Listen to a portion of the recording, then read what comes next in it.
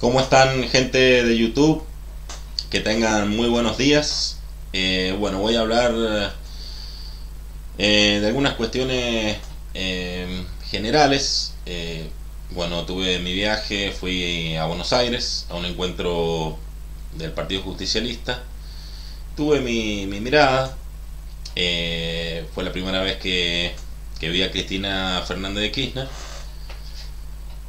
Y ya en otra oportunidad tuve la experiencia de verlo a Néstor Kirchner. Y bueno, yo como un estudiante de política tengo cierto mi mirada personal. Lo que puedo analizar es más o menos la estética del encuentro. Me parece que lo que está pasando es que realmente las personas nos dejamos guiar siempre por lo visible. Por lo visible, por ejemplo, bueno, a mí me ven ahora con este buzo, esta estética, y de repente uno dice, nada, ¿qué atención le puedo dar a este tipo? Igual la falta de retórica para hablar.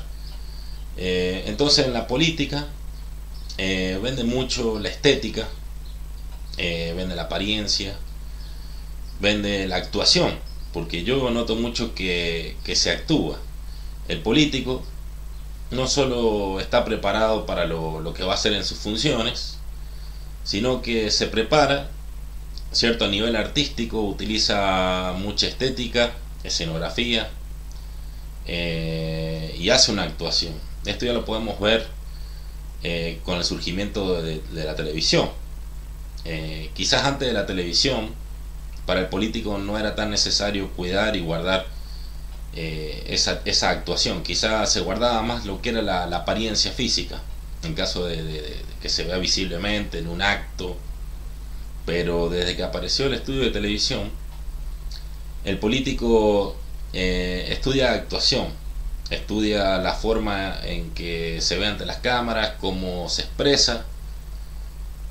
Por ejemplo, en la época de cuando apareció el parlante, ¿en qué se destacaba el político? En la oratoria. Entonces podemos observar que los discursos del principio del siglo XX hacían más énfasis en la oratoria, ¿cierto? Eso se puede observar. Con el estudio de televisión ya empieza a cambiar y empezamos a ver incluso actores que entran a la política. Los mismos actores son como por ejemplo Ronald Reagan, entre algunos de los casos. Incluso Zelensky, el presidente de Ucrania, ha sido actor. Entonces empezamos a ver una estética en donde a la gente se le vende por la estética. Es como uno va a comprar fruta al supermercado, y en Europa especialmente suele pasar. Mi viejo ha trabajado en una empresa de exportación de fruta, y él me decía que no era el sabor de la fruta lo que importaba para vender a Europa, sino la estética, que la fruta se vea bonita estéticamente, que se vea grande, nutrida, y no tanto el sabor. Entonces, ¿qué nos pasa a nosotros en la política? Nosotros cuando vamos a elegir un presidente, nos basamos en lo que vemos visiblemente y no tanto en el contenido. Con esto no estoy queriendo decir que no sea importante manejar una estética, pero nosotros mismos como ciudadanos que estamos cuestionando justamente todas estas hipocresías que observamos, deberíamos no dejarnos seducir por la estética, sino más que nada por el contenido. Uno de los consejos que yo doy siempre a la hora de tomar una decisión, cuando uno va a elegir un candidato, es estudiar a la persona, ¿cierto? En su etapa previa, ¿cierto? Porque eso nos puede dar más o menos un panorama de lo que nosotros vamos a elegir.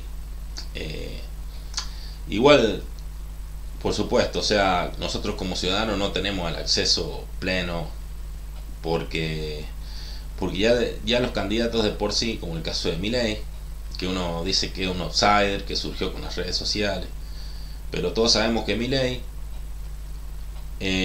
surgió porque el tipo tenía contactos anteriormente, vivía en una metrópoli que, si bien es cierto, también en Buenos Aires uno tiene más posibilidad de tener éxito en algo que va a emprender, sea en el arte, en la música o la política, por ejemplo, o el cine incluso. Cuestión que a nivel regional, en el interior, no existen esas posibilidades. Uno puede incluso destacarse demasiado en algún área, pero no tiene, pero pasa desapercibido. Uno puede morir con todo el conocimiento, con todo el talento, y no lo conoció absolutamente nadie. Pero bueno, este es otro tema a tocar, porque justamente, bueno, en este encuentro político se han hablado sobre el arte, la cultura, porque bueno, estamos pasando una situación en donde el oficialismo está golpeando fuerte a la cultura, cuestión que, por ejemplo, que vemos en Estados Unidos, donde Donald Trump está defendiendo la cultura nacional, incluso está resistiendo la producción, por ejemplo, cinematográfica de afuera, todo lo que provenga de afuera.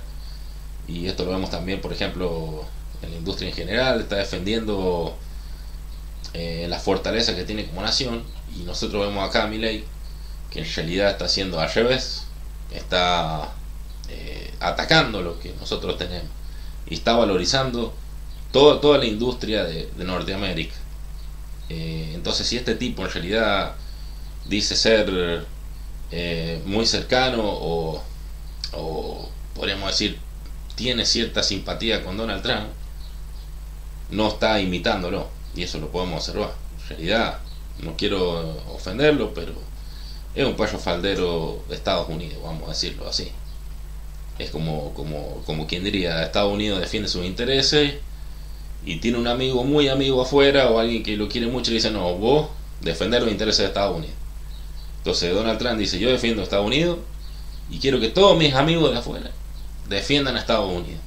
Y me parece que si nosotros tuviéramos un poco de sentido común, podríamos observar que en realidad nos está perjudicando esa medida y nos están estafando. O sea, hay que decir la verdad. O sea, estamos actuando como el perro que es golpeado por su amo y le seguimos moviendo la cola, por decirlo en otro caso. Es como el famoso obrero que es explotado por el empresario, y nada, lo defiende a muerte el empresario, porque el empresario le da el trabajo y se olvida de mejorar sus condiciones, porque bueno, agradece la fuente de trabajo y tiene miedo a perder el trabajo.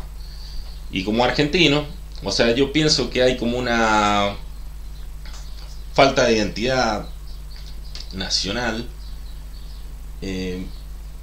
Nosotros no podemos estar votando un tipo o apoyando a una persona que está haciendo todo al revés de lo que Donald Trump hace en Estados Unidos, y lo estamos viendo de forma evidente, y estamos actuando exactamente igual que el presidente. Somos cómplices de esa destrucción de identidad nacional y de nuestra propia industria. Justo hablábamos con unos compañeros que esto pasaba por una cuestión de modas, y en realidad lo que sucede es que como argentinos, sí es cierto, estamos cansados de muchos gobiernos, no solamente que nos ponemos por criticar a la derecha, sino que incluso han habido gobiernos peronistas que no nos han convencido. O sea, hemos estado mal con muchos gobiernos, honestamente hablando. Entonces, por eso es que estamos cambiando tanto y nos vamos al peronismo, después votamos un partido alternativo, volvemos al peronismo, otro partido alternativo, porque en realidad hay que decir en concreto, o sea, las promesas de mejorar siempre se han quedado ahí, pero no se han realizado. Yo puedo observar que con Néstor Kirchner había una intención de generar un modelo nacional de protección de la industria, de progreso, porque bueno, justamente en el 2003-2004 la China llega digamos al nivel como potencia económica a nivel mundial, se pone en parejo con Estados Unidos. Ese fue un salto que lo dio prácticamente en 10 años. Y bueno, eso obviamente que puso la atención de muchos países en todo el mundo y quisieron imitarla, ¿cierto? Entonces yo creo que de ahí surge la idea también de gobiernos como el de Néstor Kirchner, Hugo Chávez en Venezuela, Lula en Brasil, entre otros, por nombrar algunos, por lo menos los regionales, los que tenemos acá en Latinoamérica, de buscar imitar a la China para justamente poder posicionarnos a nivel mundial. Bueno, una pena, lo que sí fue coincidente que murió Hugo Chávez en breve, o sea, previamente murió Néstor Kirchner, casi todos murieron, igual que el Hugo de Paraguay, murieron prácticamente ahí en el mismo margen de años. Lula se enfermó, entonces bueno, por cuestiones de fuerza mayor, que fueron muy coincidentes, que esa, bueno, puede ser tema para otro video. Nada, se quebró un poco este proyecto que había en Latinoamérica, ¿cierto? De posicionar a los países. Entonces nos quedaron figuras como Cristina Kirchner en Argentina, Maduro en Venezuela. Entonces por ahí me parece como que trataron de liderar ese movimiento, pero ya quedan como más en soledad.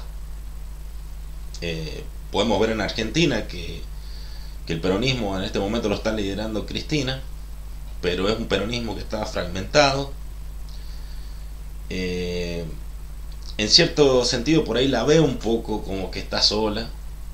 No quiero decir que no tiene apoyo, pero no tiene esa forma de acaparar todas las fuerzas como la ha tenido, por ejemplo, Carlos Menem en su momento o Néstor Kirchner. Yo siento que hay mucho tironeo en el peronismo. Por ahí quizás las figuras están desgastadas, incluso Cristina de Kirchner. Yo por lo que estoy observando, una mujer muy inteligente, muy letrada, me parece un dirigente muy capaz, de los pocos dirigentes que quedan, que me parece que pueden aportar algo al país, pero me parece que no estamos en este momento para generar divisiones en el país. Nosotros lo que necesitamos es una política unificadora, un movimiento unificador, y no que genere confrontación.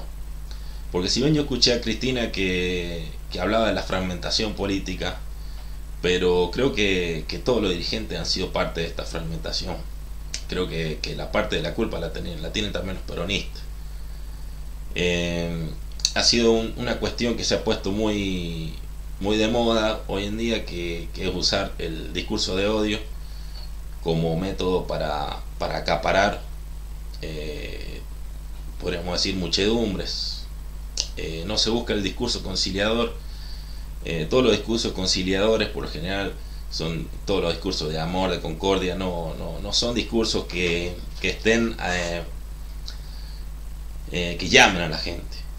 Quizás por ahí el contexto. Siempre hablamos cuando son tiempos de paz, los discursos de odio son aquellos que más atraen, más atrapan, pero cuando venimos de una crisis como una guerra, algo catastrófico, es al revés. Nosotros buscamos todos los discursos que estén relacionados con la concordia, la unidad, la fraternidad, el trabajo en equipo, y ahí ese discurso sí conquista. Pero en tiempos de paz, en tiempos de mediocridad, son los discursos de odio aquellos que más atraen a la gente. Y estamos en esos tiempos de paz, de mediocridad humana, en donde parece que el ser humano en su capricho, en tiempo de paz, es como si estuviera anhelando en su inconsciente el conflicto, y cuando ha pasado por una crisis grande es al revés. Pero bueno, no quiero ser redundante en esto. A lo que voy es justamente que para mí a nivel nacional creo que todos los dirigentes son parte de esta fragmentación política que estamos viviendo. Ya los medios se han agarrado de esta de esta estrategia de generar confrontación. No podemos hablar solamente que el discurso de odio lo tienen diarios como La Nación, TN, Telefe, medios periodísticos o América. Incluso podemos ver esos discursos de odio en medios que son opositores, ¿cierto? Como C5N, por nombrar algunos, ¿cierto? De los que son fuertes, que han sido medios que siempre han estado de parte de lo que ha sido el peronismo. Yo creo que el discurso de odio ya está instalado, ya a nivel cultural, ya no pasa solamente por una cuestión de un ataque de políticos. Esto está instalado ya a nivel cultural y está hecho a través de lo mediático, porque quienes manejan lo mediático, las grandes corporaciones. Es así, los medios, uno a veces puede ser idealista, decir no, el periodista lo hace por vocación, quiere difundir, quiere despertar a la sociedad o informarle, ¿cierto? Tal vez como estoy haciendo yo a nivel con los medios que tengo. Pero bueno, ¿quién pone la plata atrás? Y la ponen las grandes corporaciones, los que tienen interés. Es así. Esto ya ha pasado incluso en gobiernos anteriores. En la época de los militares, los medios de comunicaciones cumplieron un rol muy, muy importante para apoyar al gobierno, silenciar a sectores que podían ser resistentes a la dictadura. Ni hablar de los desaparecidos, todos los crímenes que pasaron de Estado y que quedaron tapados por los medios de comunicación, no informaron. Uno puede decir, no, es que la dictadura lo impedía, pero sabemos muy bien que los medios de comunicación fueron también los que promovieron la dictadura, porque cuestionaron a los gobiernos democráticos, atacaron a los gobiernos democráticos, y ellos mismos promovieron y prepararon el terreno para que haya un golpe de Estado. Bueno, todo forma parte de este juego de ajedrez que tiene la política. Pero hablando de mi experiencia personal en esto que viví, yo no puedo decir mucho porque no conozco a Cristina de Kirchner personalmente. A simple vista me parece una, no sé cómo decir la palabra, creo que está por la oposición, está muy demonizada. Cuando ven a Cristina de Kirchner, los libertarios, los del PRO, parece que ven a Satanás. Y no, para mí, a mi punto de vista, por lo menos así de cerca, tuve un aire más familiar de la impresión que me dio con Cristina de Kirchner. Sí, es una mujer que sí me parece que se podemos decir con esta palabra, se ponen los pantalones y sale a luchar. Me parece que representa muy bien a la mujer en este tiempo. Una mujer que va y lucha por sus derechos, que va y se sienta en lugares donde antes estaban los hombres, y en ese sentido me parece muy valorable y honestamente me hace acordar a otras mujeres, incluso mujeres cercanas de mi entorno que bueno, que siento que tienen ese poder de autoridad que es necesario, por supuesto, porque tampoco una mujer puede ser blanda en un ambiente de política donde sabemos que los tironeos son muy fuertes, muy grandes. Entonces uno no puede ser blando en ese ambiente, y tiene que tener tenacidad, firmeza, autoridad. Y en ese sentido yo considero que está bien parada Cristina. Pero respecto a esto de la fragmentación política, sí creo que ahí tiene que, me parece, poner la mirada.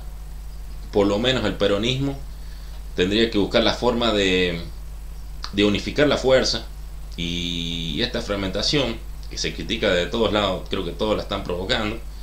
Lo ideal sería tener una nación que no tenga fragmentación política en el sentido partidario.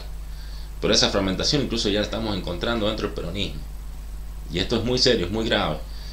El peronismo, a mi ver, yo sé que muchos de los que puedan escucharme van a salir a criticarlo porque han salido a decir muchas cosas del peronismo y de Perón.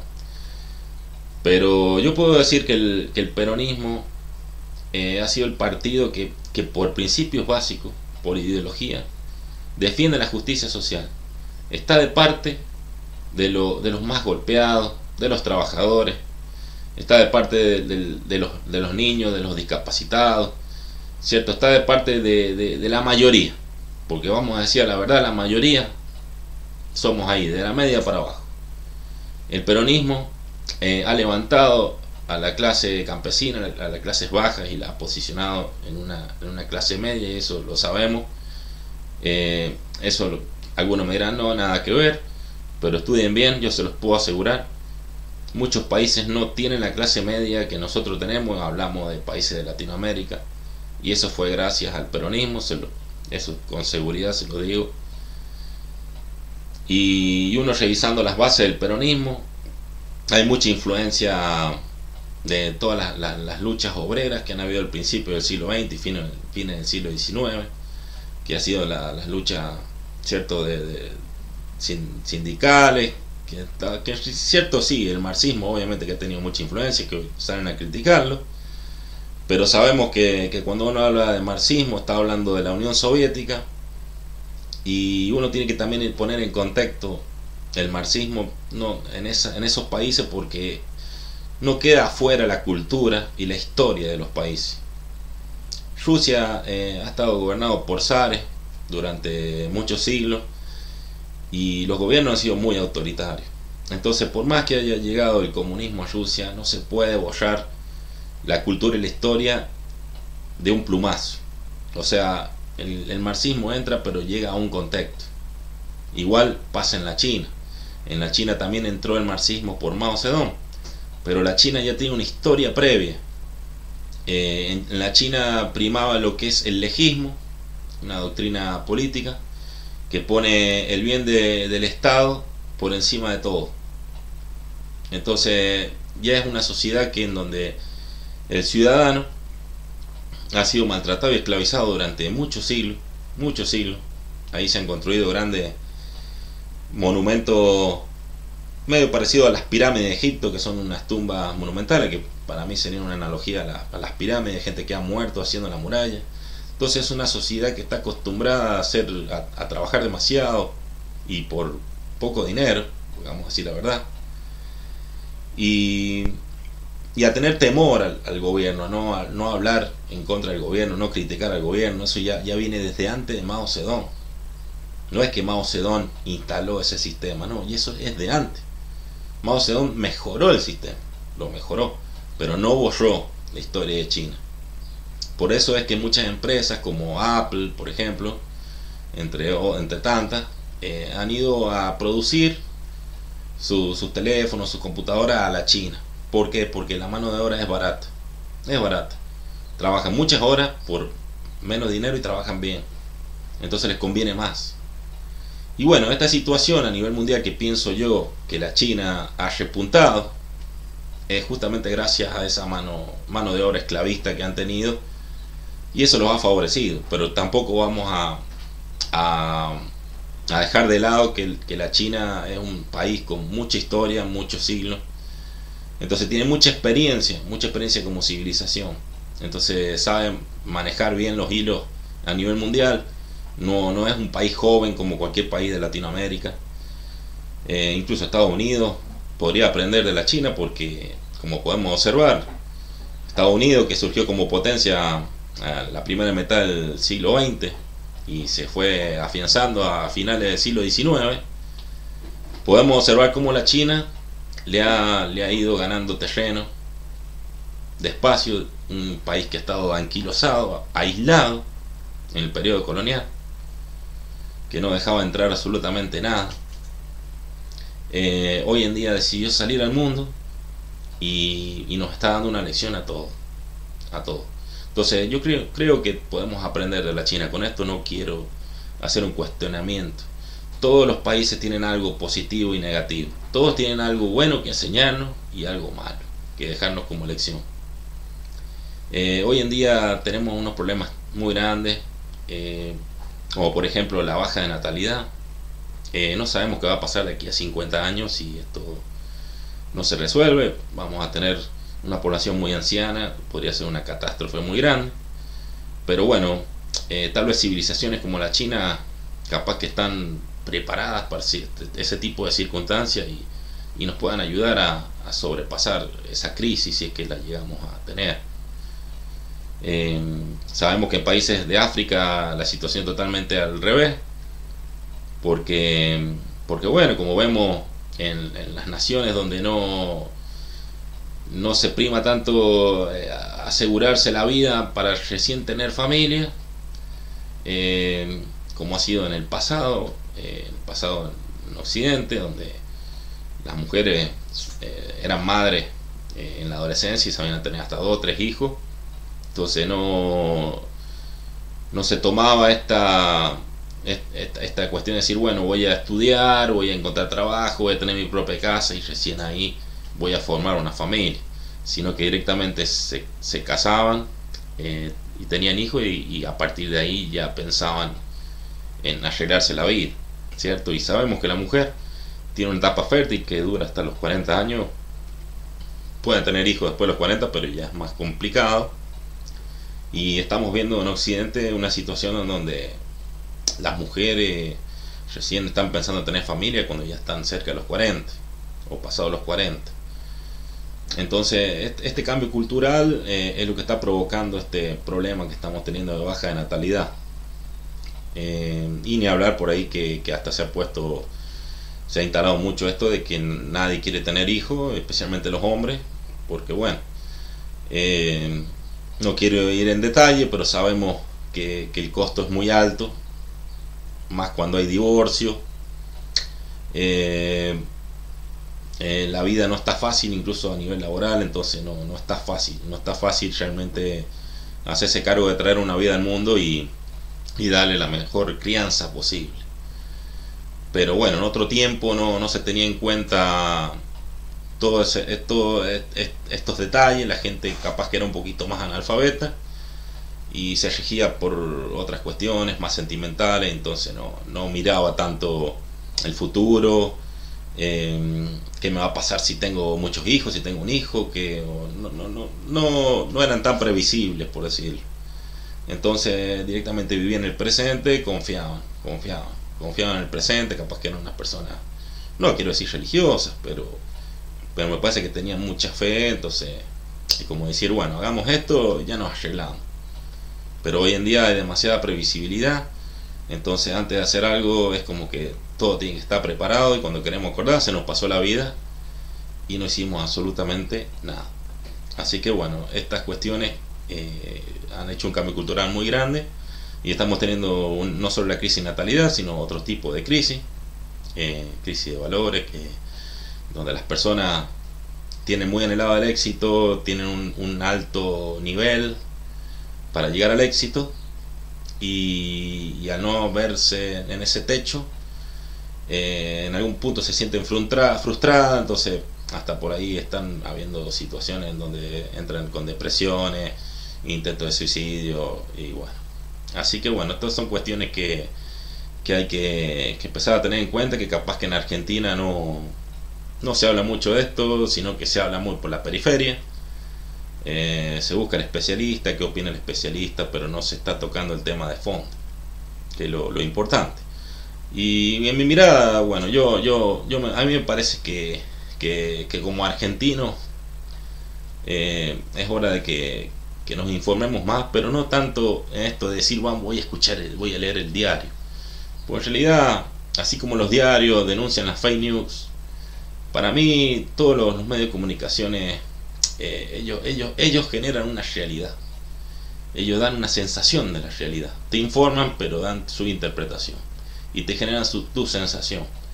En realidad ellos lo que hacen, están dando promoción al gobierno, legitimidad, o en caso de ser un medio contrario, porque está apoyando un partido contrario, buscan deslegitimar al que está de turno. Pero entonces eso, ni los medios oficialistas ni los opositores nos sirven para darnos un panorama más amplio a la hora de decidir qué vamos a hacer con nuestro destino como nación. Al contrario, creo que necesitamos otro tipo de información.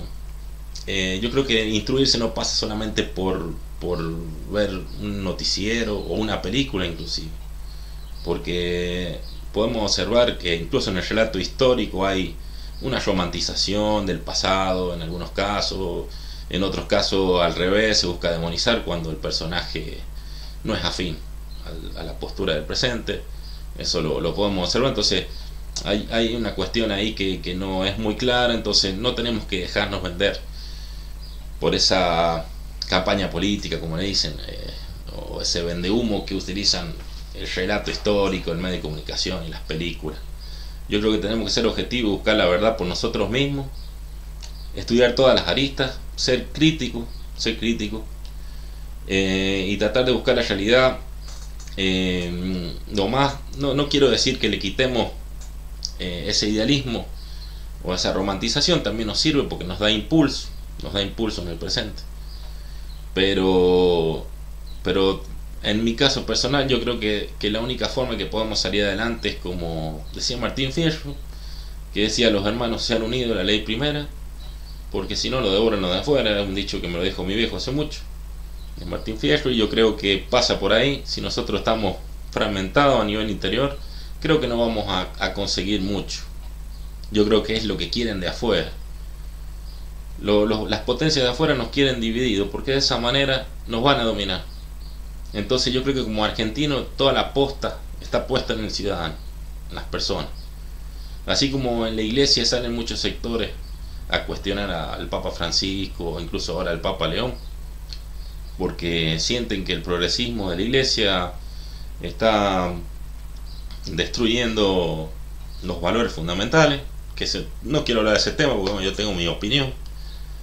Yo no diría que no soy católico, así que es un tema que me toca de afuera, pero los fieles quieren salir a defender su iglesia, o de la misma manera, haciendo analogía, los ciudadanos tenemos que salir a defender la patria y nuestros intereses. Es así. Y en mi punto personal, la representación tiene que ser general. No podemos tener un dirigente que represente solo un sector y nos esté vendiendo humo al resto. No, hermano. Yo creo que el país tiene que estar representado de forma total y tiene que haber una visión, un proyecto nacional. No podemos estarnos jodiendo el empresario que quiere sacar, que no quiere indemnizar, que quiere pagar menos, que no quiere pagar impuestos, y nada, ve su interés, y si por ahí una alianza con un país de afuera le favorece. Yo creo que ese no es el camino. No es el camino. Yo creo que como ciudadanos tenemos que ver al proyecto nacional de forma general, y tenemos que salir adelante como países como en Europa, bueno, aunque pasa que tienen muchos más siglos, pero sabemos que la industrialización sería el camino.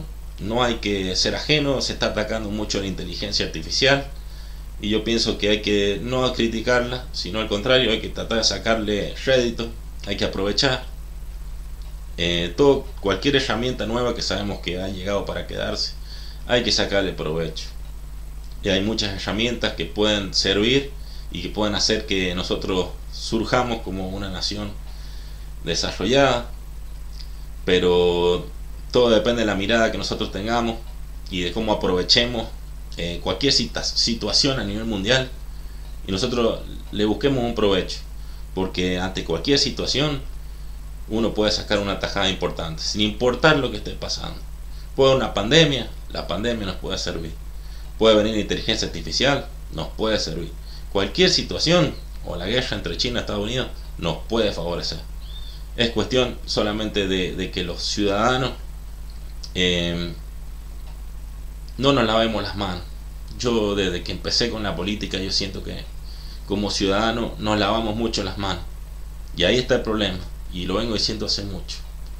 Cuando el ciudadano no se compromete, y nada, ya vendió su país, lo vendió, se lo dio a alguien y dijo: mira, sé a lo que vos quieras, porque no me interesa, eso es corrupción, eso es oscuro, no me interesa. Listo, vendiste la patria, hermano. Así que, ¿qué puedo decir? Sé que esto no es fácil, pero es el único camino. Es el único camino. Y si tenemos una sociedad atontada, como hicieron, por ejemplo, como hizo Roca para conquistar la Patagonia, que le introdujo alcohol a los indios y ahí les pudo ganar la guerra. Bueno, vos si tenés una sociedad drogada, tenés una sociedad embrutecida, o lo que sea, no siempre la droga puede ser una sustancia. Hay otras drogas. Hay otras drogas. Está la droga del medio de comunicación, la droga de las películas, de la ideología que te quieran meter. Incluso la droga de muchos movimientos políticos o ideologías particulares que no voy a nombrar, es una droga también. Entonces tener una sociedad drogada, estúpida, vamos a decirlo, es una sociedad que nada, está regalando su patrimonio, ¿cierto? Le está diciendo gobernar vos porque a mí no me interesa. ¿Entendés? Y bueno, yo creo que el destino del país depende del compromiso ciudadano en cuanto a la política. Y nada, nos tenemos que escuchar todos. No podemos tampoco centrarnos en cuestiones particulares, o partimos de una ideología como es el peronismo, decimos no, que todo tiene que estar peronizado. No, yo creo que hay que estudiar todo, hay que ser objetivo, hay que ser crítico. Y lo que tenemos que sacar es una nación adelante y ponerla en contexto. Ponerla en contexto con una sociedad comprometida. Ahí está el punto. Así que bueno, eso es todo. Y nada, nos veremos en el próximo video. Saludos.